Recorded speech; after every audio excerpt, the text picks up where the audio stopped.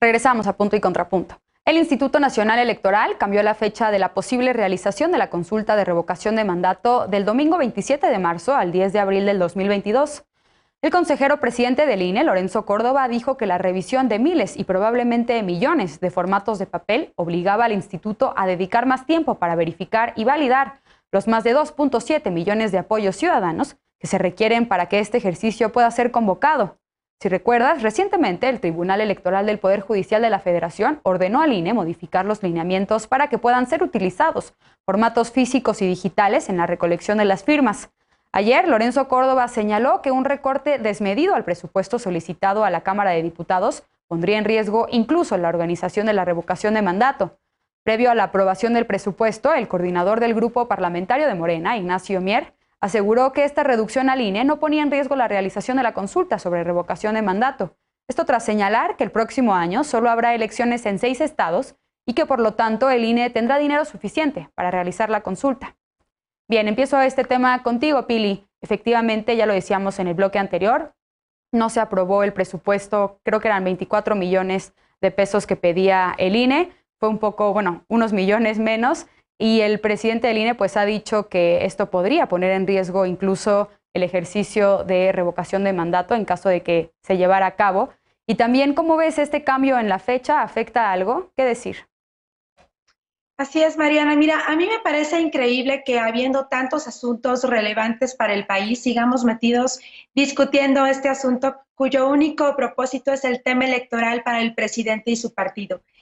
Tan fácil que sería hacer una encuesta y su asunto quedaría arreglado y ahí sabríamos qué opina la mayoría de los mexicanos y nos ahorraríamos todo ese desgaste innecesario de recursos y de capital humano. Pero bueno, en relación a la postura que ha fijado Lorenzo Córdoba, yo creo que nadie está obligado a lo imposible y personalmente creo que la preocupación manifestada por el INE es real y legítima.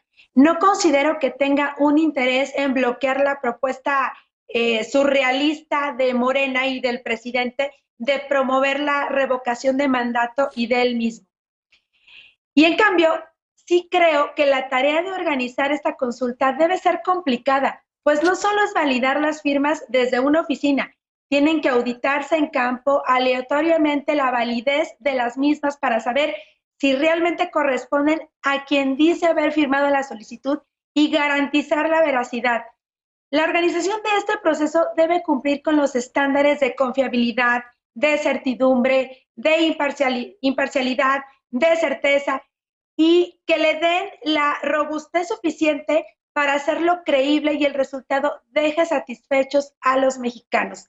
Y eso no es tarea menor, implica el reclutamiento de ciudadanos que van a intervenir en el proceso como funcionarios, como observadores ciudadanos, la capacitación que requieren, el trabajo de campo para la ubicación de las casillas, mobiliario, papelería, vehículos, renta de oficinas, etcétera. Es un trabajo monumental que requiere tiempo, dinero y esfuerzo. Pero claro, para el presidente y su partido Morena, que están acostumbrados a hacer sus consultas patito de forma improvisada y sin ningún grado de confiabilidad, pues les parece sencillo organizar una consulta de esta magnitud.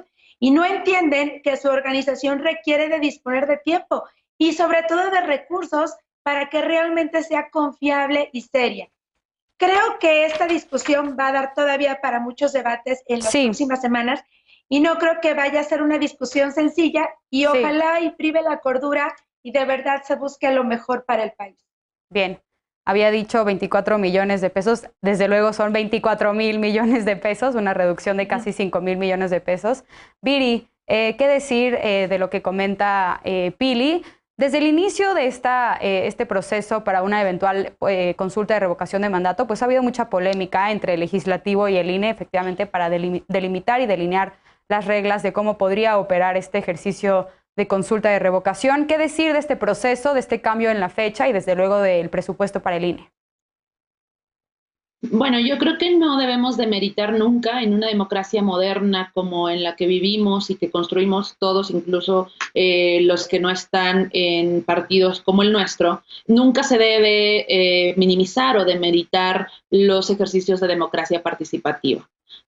como la consulta popular, que la oposición se dedicó a minimizarla cuando fue promovida por un grupo de ciudadanos, o este ejercicio de revocación de mandato, que si bien fue una promesa del presidente de la República, pues tiene que ser sustentada por, como ya lo hemos dicho en algunas ocasiones, por el 3% de los ciudadanos inscritos en la lista nominal. Entonces, ningún ejercicio de participación debe ser minimizado, ni debe de ser, ni se debe mofar de ellos. Digo, alguien que cree en la democracia no debería ser así. Yo creo que es muy importante, y la democracia nunca es cara. Son más caros las imposiciones o los ejercicios en los que nos tenían acostumbrados en el viejo régimen. Ahora, el presupuesto del INE todavía va a quedar en una cantidad muy considerable. 19,000 millones de pesos se proyecta ya en el dictamen, un poquito más.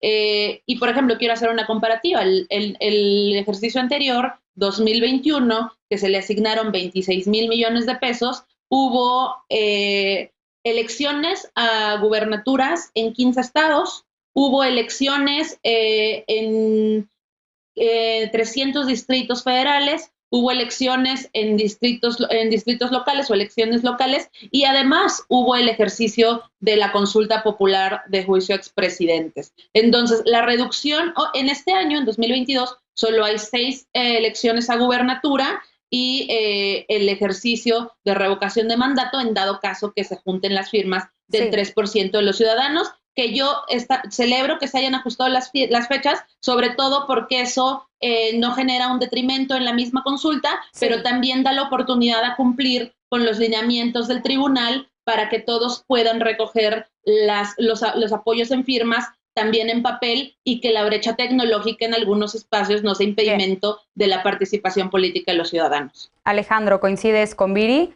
¿Qué piensas de este cambio en la fecha para una posible consulta de revocación de mandato, y desde luego de las denuncias del INE que podría poner en riesgo esta reducción al presupuesto, este ejercicio? Yo creo que hay que hacer una diferenciación entre lo que representa el INE, una institución fundamental para el funcionamiento de la democracia electoral en México, y las decisiones, las declaraciones, las posturas políticas de algunos de sus consejeros que les gusta de más el micrófono y el reflector.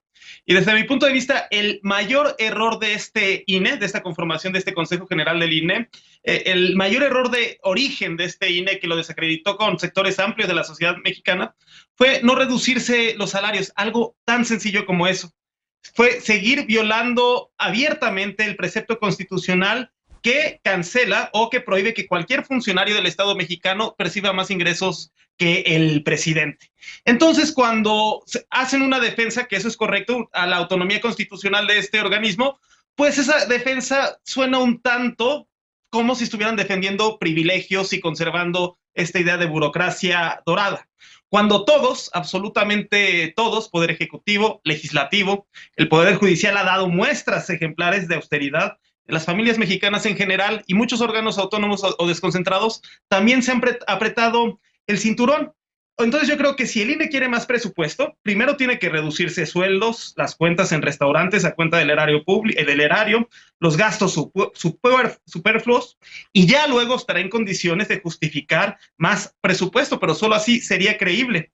Y pues me parece que la consulta, que es un ejercicio de participación que requiere de respaldo popular, firmas, de recolectar millones de firmas de apoyo, no puede ser rehén ni motivo de chantajes para obtener más presupuesto.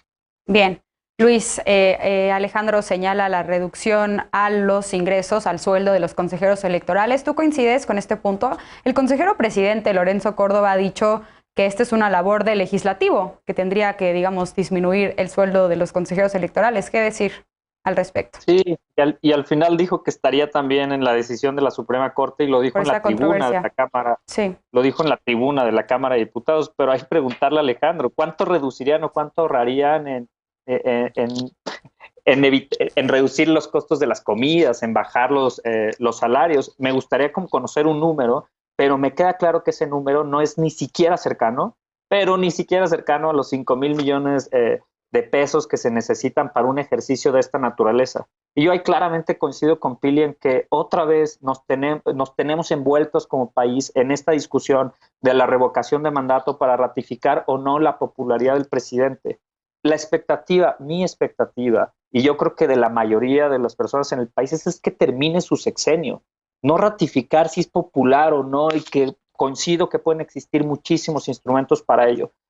Ahora, creo que este tema del Instituto Nacional Electoral es un costo que era predecible. Estás dando más atribuciones a una institución en donde le estás pidiendo que organice un ejercicio de esta magnitud el próximo año.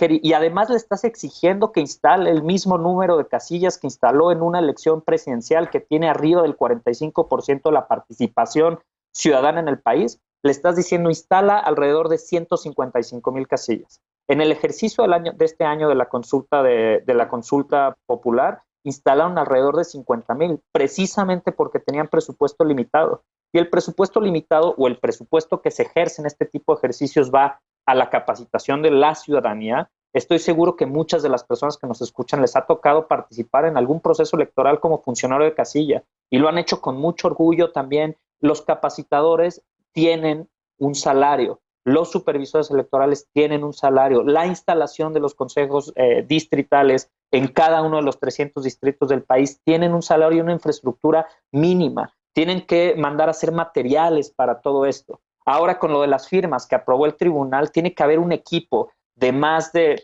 200 personas que van a estar concentradas día y noche revisando las más de 2.7 millones de firmas que se aprobaron, o sea, que se necesitarían para este ejercicio. Bien. Claramente que la democracia cuesta, claramente que garantizar el derecho a la participación cuesta, y eso los diputados, los legisladores de Morena y el presidente lo tienen que tener claro. Si quieren que un ejercicio de esta envergadura tenga éxito, tienen que garantizar el presupuesto adecuado para que esto suceda. Bien, pues vamos a ver en qué queda el presupuesto. A ver, Pili, 20 segundos porque tenemos que ir a corte.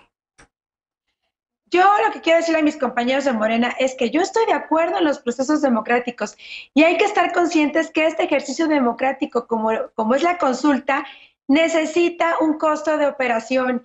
Tal parece que lo que quiere el presidente desde el gobierno es desaparecer al INE y otra vez regresar el control al gobierno, como es lo que siempre ha creído, y me parece que por ahí va este recorte de presupuesto. Bueno, vamos a ver cómo quedan los recursos al final de la discusión en el Congreso y bueno, desde luego le daremos seguimiento al proceso para una eventual consulta de revocación de mandato. Por lo pronto vamos a una pausa. La Junta de Coordinación Política del Senado se prepara para discutir otra vez la regulación del consumo adulto de cannabis. Esta y otras iniciativas atoradas son parte de las leyes consideradas prioritarias. ¿Lograrán avanzar antes del 15 de diciembre? Volvemos con esto a Punto y Contrapunto, no te vayas.